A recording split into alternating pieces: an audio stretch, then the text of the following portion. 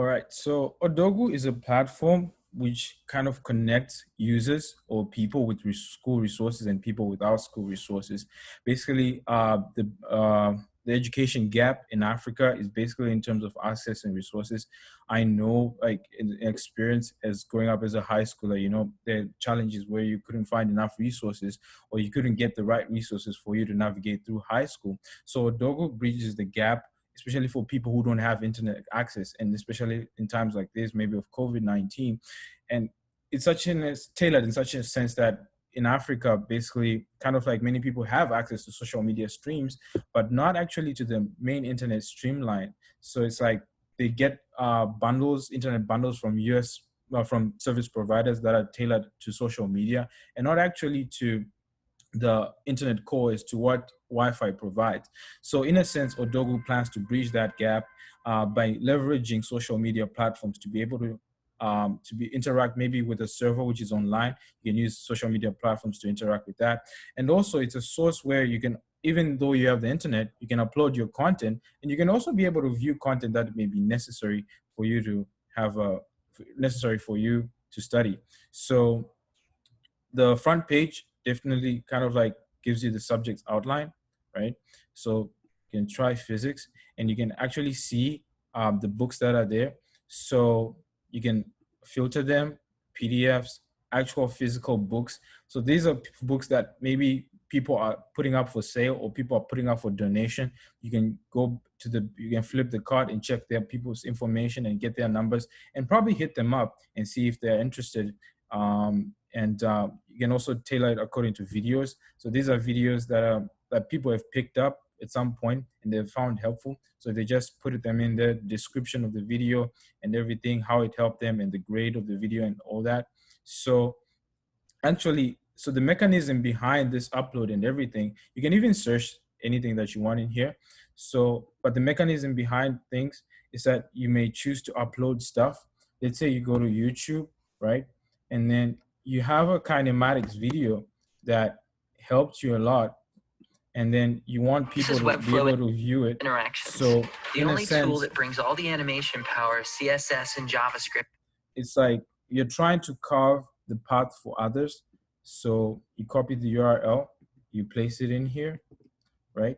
And then after that, you can title the video, Physics Intro to Kinematics. So you might as well just grab the title and paste it in here, and just Intro to Physics,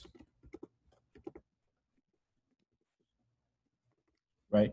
And select the subject, physics, and the grade level. Maybe it's advanced level that you want. So you can actually preview the video and see if it's the correct video that rendered and actually submit it. So you can go back to your home, physics, and videos, and see the physics video that you just submitted. And you can see it can help. So in the future, if somebody wants to look at it, you can help somebody by doing that, right? So another feature you can also have is kind of like upload PDFs, right? Maybe this may be books that you have once used and you think that they can be helpful to someone, and past exam papers that you think that may be helpful to somebody, especially like back home. It's like past examination papers help you to prepare for future examinations. So this is a really, really important tool. So the best part about it is the ability for it to be able to be interactive with social media platforms. Let's say for WhatsApp. So in this case, we built a bot which is able to kind of like interact with this server that is rendering this page.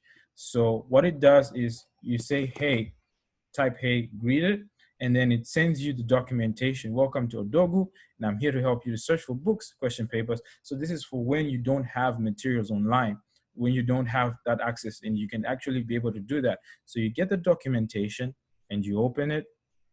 And when you open it, it's like it shows you the number that is in, and it shows you what to do. So basically, if you're searching for a PDF, right, you just copy here, paste the template, right? So let's say we want to search by book and by title. So let's try and see what we can get from here. PDFs, maybe I want all right, maybe I want midterm solutions, right? But, or any, it's just a demo. So you can search midterm. And then what it does is it's gonna render, it's gonna query those results. These are the search results and the books that can be available to you. And it also gives you another way for you to access it. So you choose that PDF and then here you go. And then it gives you the PDF. So this is the same PDF that is on the platform too. So which is kind of cool because you can get the best of both worlds, or you can get just a single world in kind of a sense, right? So another thing that you could do is when you open up the documentation, you can search up a past test paper that you maybe need. So again, it's still the same format. Just grab the documentation and just fill it in wherever you think. Paperboard Cambridge. Let's just say we want to search physics Cambridge papers, right? And then just search paper. And then it gives you papers that are available, right? Let's say we want the second one. So it's maybe 2010 advanced level, senior secondary. Maybe you want advanced level, right? So you just grab the second one and then choose paper. And then here you go. So that is it. So another way that you can be able to leverage this is by, so I'm just gonna, so yeah, another way that you can be able to leverage is use USSD for just people who don't have internet, but maybe they want to search other things that are on the platform. So we're gonna be rolling to that next.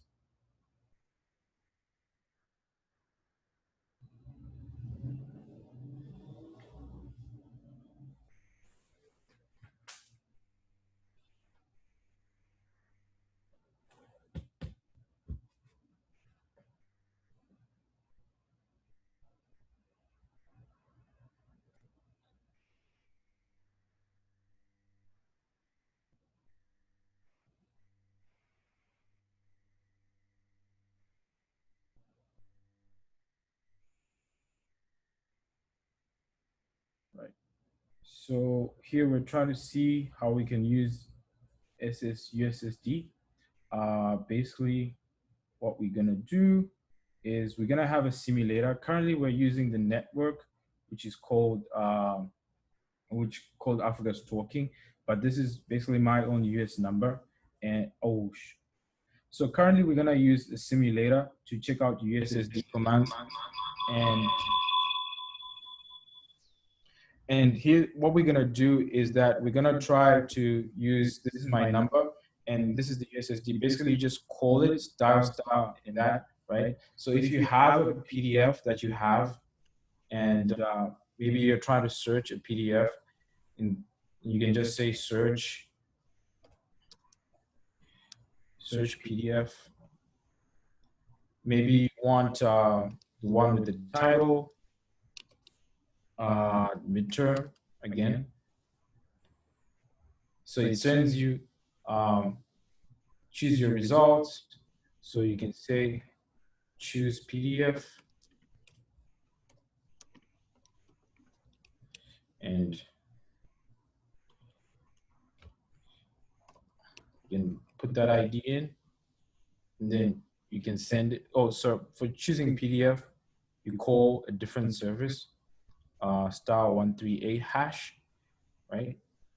And then you can choose the PDF and type it in, and it sends you again your result. So this result can be sent to WhatsApp and all that. But the goal behind this is that, well, what if you're trying to maybe connect people, maybe teachers or mentors? You can dial star this, and it returns maybe a list of mentors that are nearby you, or just a list of books also that are nearby you that you can pick up, or people are selling books near you too.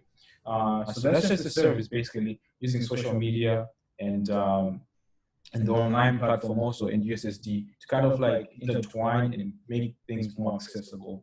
And yeah, that's just a wrap of things. Maybe in future plans, we can be able to modularize it, and teachers could also deploy it. I mean, they could use it for themselves and maybe assign their students homework. And if the student doesn't have internet access, the student can query that homework using our bot or anything. So it can be easily customizable in future to to fit all the other integrations that are there.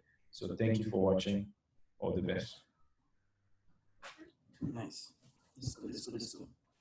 Let's proceed.